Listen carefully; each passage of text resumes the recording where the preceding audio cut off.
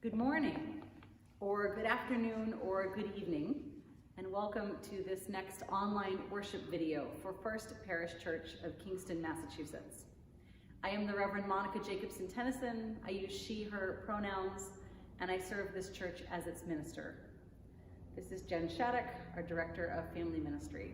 We are so glad that you have joined us from wherever you are and whenever you are to be part of this time of centering, grounding, and equipping ourselves to meet life as it comes. Each week we join in singing the introit to remind us that what we need is here, wherever here might be for you right now. Please join with us in singing. We will sing it through twice.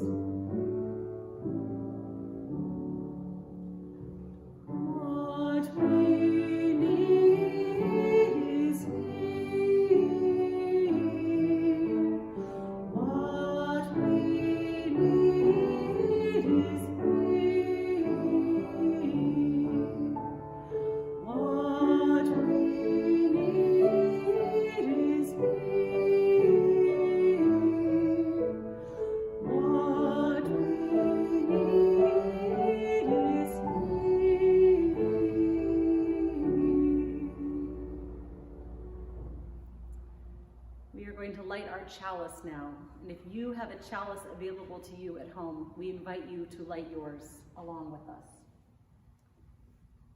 We light this chalice as a reminder. The flame is different every time, and in these times, we kindle separate flames. Yet the flame is the same each time, and all our separate flames remind us of this community and our shared light. Please join with us in singing hymn number 123, Spirit of Life. We will sing it through twice.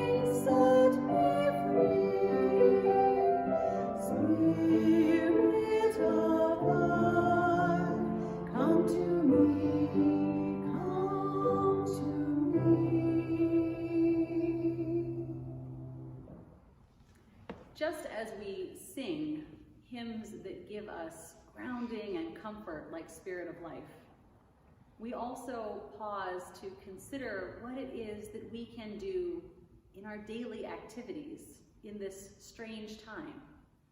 So I have with me Jen Shattuck, our Director of Family Ministry, who brought something to show us this morning. Good morning, everybody. I have a sign, and it says, "Happy birthday, Nana. We love you." My daughter made this week, because it was my Nana's birthday, but because of coronavirus and our desire to keep my Nana safe, we could not go to visit her. So we made her a sign and we took a picture of ourselves holding it so that she would know, even though she's far from us, that she is very loved. And I know that I'm not the only person who has made a sign with their family this week, because when we go for walks in our neighborhood, we see signs in people's windows all the time. And they say, hi, and we love you, and how are you? And those are so wonderful to see. Those are pretty great. This is a really strange time, isn't it? It's very odd. And we wish we could say hi to our neighbors and our friends like we normally do. But instead, we have to wave and make signs from the windows. That's right. And it's also an odd time because we're used to being in school, we're not in school, and we're used to our parents being at work, but a lot of times they're not at work right now, they're working from home. And it seems like the things we used to do, many of the things we used to do, we're not doing them now. But we are doing lots of other things instead. Like, what kind of things are your family doing? My family has decided to plant a garden, which we have never really done before. We're not very good gardeners, but we decided that this year we were going to buy a lot of seeds, and we were going to get trays and plant the seeds in little bits of dirt. And when they grow up into little baby plants, we're going to put them in the ground in our yard and see if we can grow a garden. That sounds great. Yeah, we're excited about it. Yeah, you're being really creative. We are. That is a kind of being creative. Yeah. We're creating other things too, like cake and art, and I'm knitting a lot. I love to knit, so I'm creating things out of yarn. Lots of creativity right now. Yeah. Did you know that the word creative at its root means to grow? What? It really does. I like that Jen has a word fact for me every week. Every single week. So I was thinking that when we're doing all these creative things, what we're really growing is more love in the world and more hope in the world and more joy in the world, even in this really hard time. I like that. We're creating and growing more senses of connection to each other, and maybe I'm going to grow a connection to the earth through my garden. That's right. Yeah.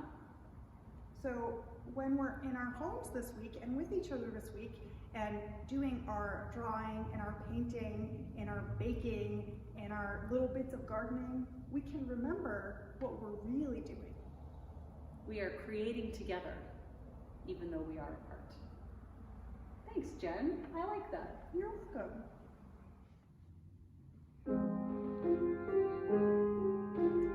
We will share joys and sorrows on Zoom on Sunday mornings.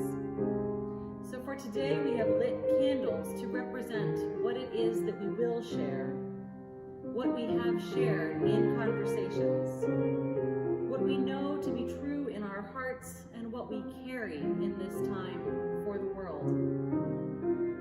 We light some of these candles for the most vulnerable people who are at risk in so many ways.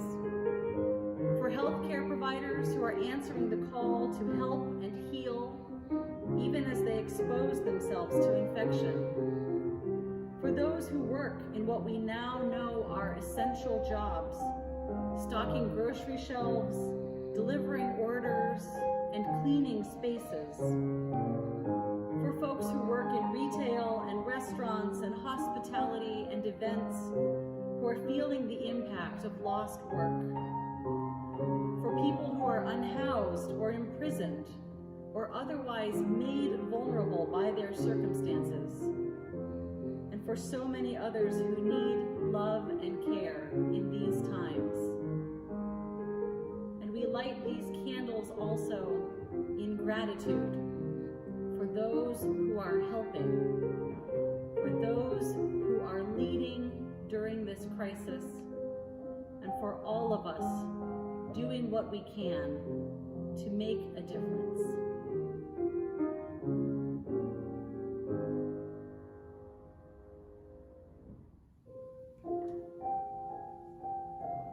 Creative love. Source source from which we respond to all that life brings us. Help us to take what comes and bend it always toward justice, which is what love looks like in public. May we be patient with the terrible uncertainties. May we add beauty and art wherever we can. May we seek to comfort all who fear, including ourselves. May we recognize when we have enough to share.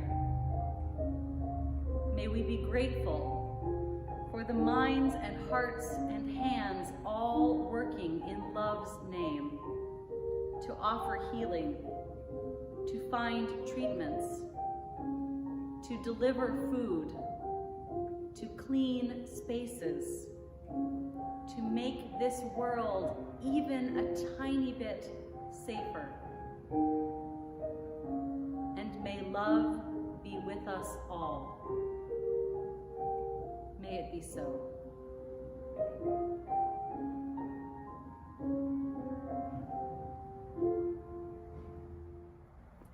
Please join with us in singing hymn number 289, Creative Love, Our Thanks We Give.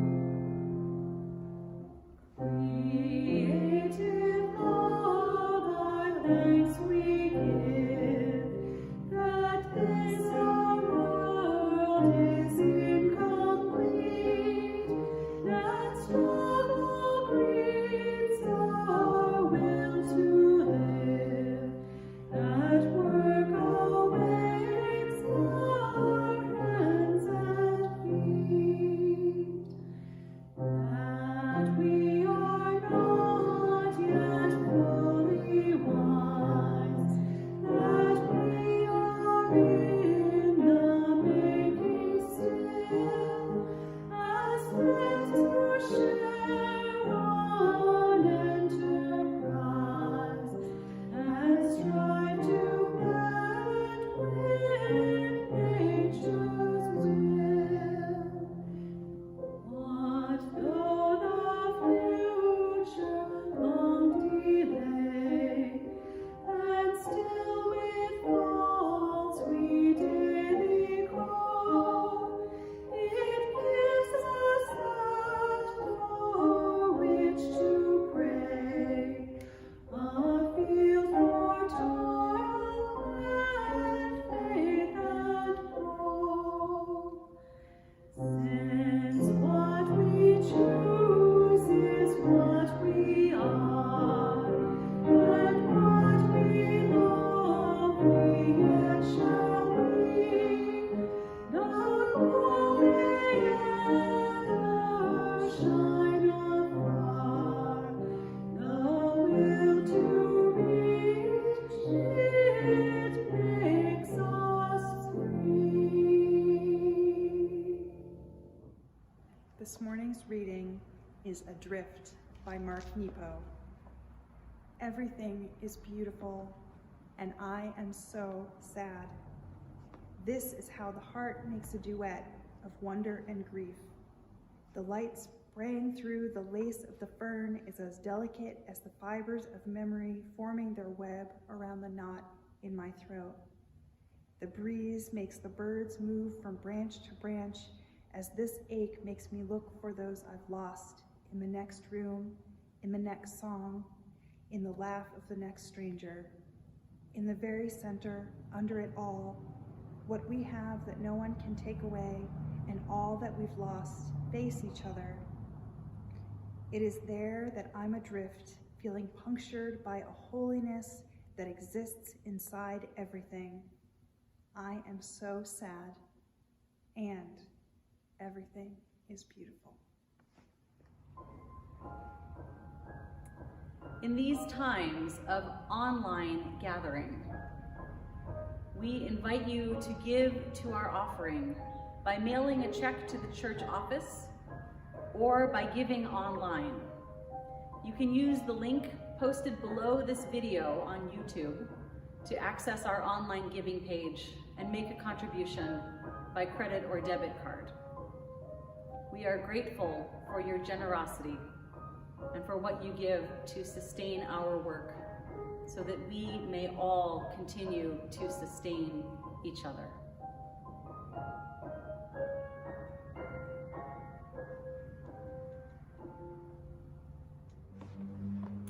This is a time of such incredible creativity. First off, the internet has always been a place where people display clever and humorous work, and right now is no exception.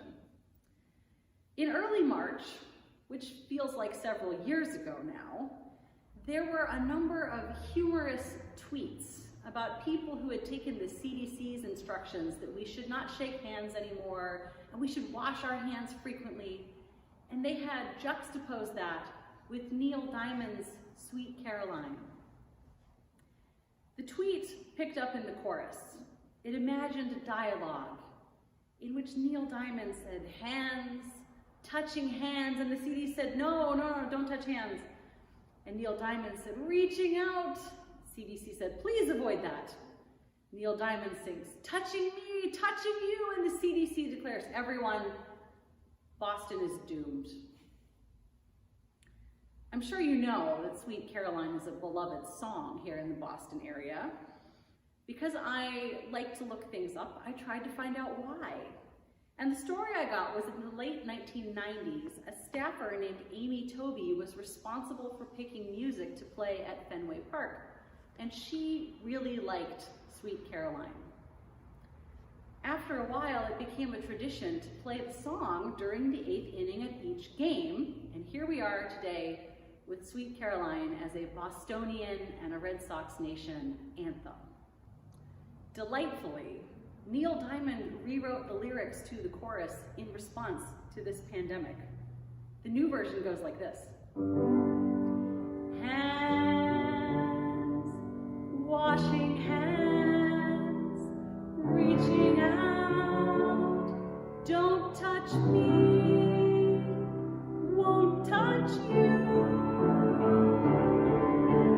Sweet Caroline, ba, ba, ba. And so on. In other rewrites, Eliza Rubinstein created new lyrics to Gilbert and Sullivan's "I am the very model of a modern Major General" to make the song "I am the very model of effective social distancing." I am the very model of effective social distancing. I listen to the experts on the topic of resistancing. I know that brunch and yoga class aren't nearly as imperative as doing what I can to change the nation's viral narrative. I'm very well acquainted too with living solitarily and confident that everyone can do it temporarily. Go for a walk or ride a bike or dig into an unread book. Avoid the bars and restaurants and carry out or learn to cook. There's lots of stuff to watch online while keeping safe from sinus ills. In this case, it's far better to enjoy your Netflix minus chills. Adopt a pet, compose a ballad, write some earnest doggerel, and help demolish Trump before the next event inaugural. Pandemics are alarming, but they aren't insurmountable if everybody pitches in to hold ourselves accountable. In short, please do your part to practice prudent coexisting and be the very model of effective social distancing. Whew!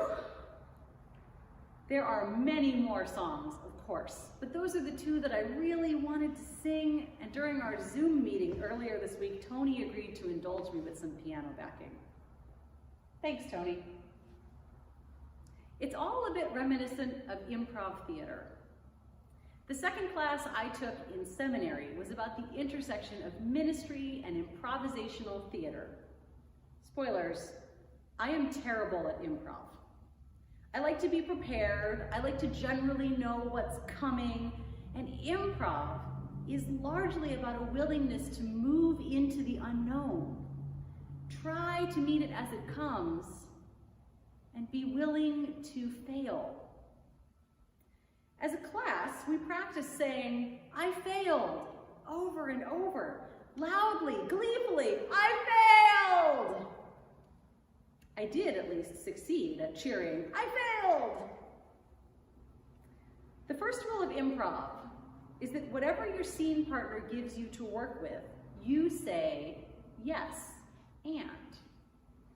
If your scene partner says to you, hey, wait, where are the kids? And you say, we don't have any kids. That scene has nowhere to go.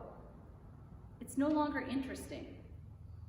It might briefly be funny to stymie your scene partner, but it really doesn't lead anywhere. No is not a creative answer in improv. Now here's the sidebar where I say, no is a very important answer to be able to give in a lot of circumstances. As a number of prominent people, including Oprah, have said, no is a complete sentence. Or as my colleague, UU Minister Eric Walker Wickstrom says, your no is as sacred as your yes. So please remember, I am talking right now about improv theater, a framework you can choose to use as a tool in the work of meeting life as it comes. It is not the only tool. In improv, however, all the best answers do begin with yes, and. Saying yes doesn't mean that you like the idea that you've just been handed, but it means you are recognizing it as the idea that you have been handed and you are working with it. You don't have to be excited about the idea of physical distance to stop virus transmission. You can definitely miss hugs and handshakes and shared meals and being within 6 feet of your friends. But in this time, it's so important to say, yes, I am practicing physical distancing, and I'm texting a photo every day to my friends. I'm calling someone and talking with them while I'm on my walk. I'm reading my grandkids a story over FaceTime. I met my new nephew over Skype. I did my yoga class from my house by streaming it on Zoom. And so on and so on. You are even allowed to say, yes, and it's hard learning to do my job and tend to my relationships in this new way, and I'm tired a lot. So I'm being gentle with myself. I'm starting a meditation practice or a new bedtime routine to help myself wind down and get to sleep. Because this is the other thing we are creating right now. Whether we know it or not, we are creating habits for ourselves, which will persist even after these weeks of distancing. About 10 years ago, there was an article about Target sending some coupons to a young woman. They were coupons for baby gear and maternity clothes. And she was pregnant, but she hadn't told anyone she was pregnant yet. However, the algorithms at Target predicted that she was pregnant because she was buying a lot of lotion and slightly looser clothes. And as they tracked her purchases, they compared that pattern to others who later went on to buy maternity clothing and baby gear. So in this case, the algorithms detected that not only to try to make those sales in the immediate future, but because the marketers at Target know that when a person is experiencing a large change in their life, like having a baby, or getting married, or moving to a new place, that person's habits are kind of up for grabs.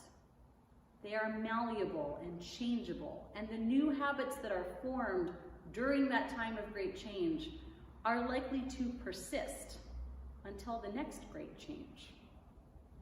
If you can persuade someone who is about to have a baby to begin shopping more at your store, they will keep shopping more at your store. Would you say that we are all experiencing a big change right now? I would. So we talked last week about how to comfort means to make strong, a fact which I love because it reminds me that while there are plenty of things that feel comforting in the short term, in the sense of feeling good in the moment, they might not be making me strong in the long term. They might not be life-giving habits. Eating junk food might feel good for about 20 minutes, give or take, depending on how long it takes for me to finish the bag. But it doesn't give me the good nutrition that I need to make my body healthy and strong. Online shopping might give me a small sense of control and gratification, because no matter how weird the world gets, I can still spend a lot of time picking just the right pair of pajama pants. I went with the unicorns with the rainbow manes, by the way. But ultimately, it just contributes to the overall problem of overconsumption and relying on our stuff to make us happy. And based on Facebook and Instagram, a lot of people right now are turning to alcohol to make things feel easier for a little while, and that worries me. If the primary coping habit someone leans into right now is to reach for a drink when things feel hard, and things are feeling hard quite often these days, that's not a habit that is going to serve that person very well. As my friend and colleague, the Reverend Jordan Nelson Long writes, here's the thing. The world really and truly is going to go on from here. You are too. This isn't how the world ends. It isn't how your future ends. What do you want your life to look like after? The work of the religious life is so much like the work of a good improv scene. It's about being present to what is, being awake and aware and ready to meet life as it comes. Every spiritual practice shares intentionality, mindfulness, and the call to be more fully alive inside your life. You are the expert on the life you are creating. Maybe you drink one glass of wine mindfully at the end of the day and you savor the sensory experience of it. Maybe this ritual leads you into a gratitude meditation or a time of prayer. Maybe you pick up a bar of dark chocolate and let a piece melt on your tongue as you fully inhabit your body. Maybe your online shopping is for the things you truly need, carefully chosen to support small businesses and sustainable practices. And still you pause right before you click order to simply be with the fear that this might not be enough and your friend's business might close. Being fully alive doesn't always feel good. But don't make it your habit to turn off hard feelings every time they come up. Turning off the hardest stuff turns off the good stuff too. It keeps you from being fully alive. This is a time for creating art and music and networks of connection and daily routines, all of which can help us feel what we need to feel, all of which can, if we choose, be part of being fully alive. We are creating habits that we will fall back on through the weeks to come and in the time after. We are wiring ourselves to be strong and to practice vulnerability, to know our interdependence and to be generous, to care for each other as best we can. I saw a tweet this week that read, "Another sliver of good news, because we could all use it. Yesterday, Mount Sinai Hospital in New York City asked people who have recovered from COVID-19 to donate plasma to see if it could help current patients. Today, they told staff that in the first hour after they asked, 500 people volunteered. Thank you to those people. Thank you to each of you who are sewing masks, checking on neighbors, diligently staying home even though it's strange and lonely. Thank you to all of you doing the hard work of being human during this time, being fully alive to the fear and the loneliness and also the beauty and the magic. As Mark Nepo writes, this is how the heart makes a duet of wonder and grief. Times are hard. They are going to get harder in many ways, but they will also not become less beautiful.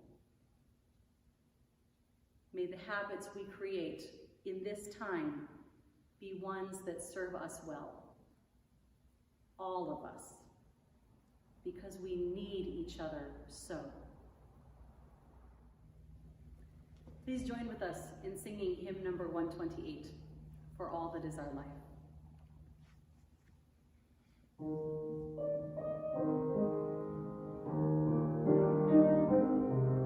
For all that is our life, we sing our thanks and praise. For all life is a gift, which we are called to use to build a common good and make our own days glad.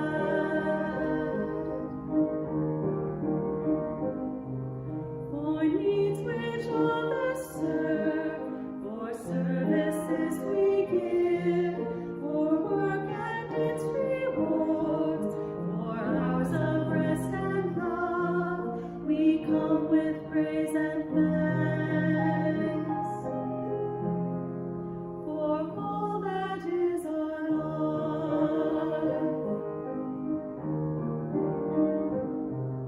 for sorrow we must bear, for failures, pain, and loss, for each new thing we learn, for fearful hours that pass, we come with praise and thanks. For all that is our life,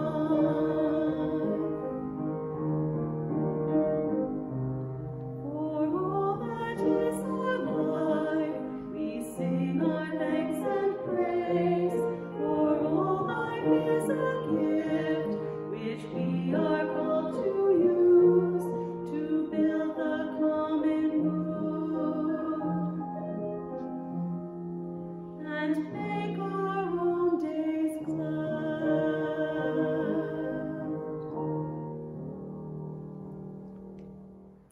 The time has come to extinguish our chalice, and if you have a chalice burning at home, you are invited to extinguish yours as well.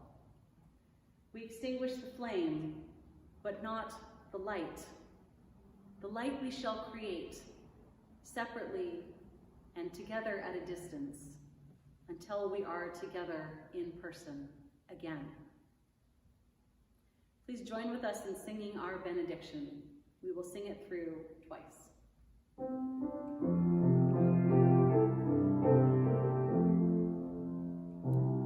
With our minds and our hearts and our hands, may we choose to bless the world.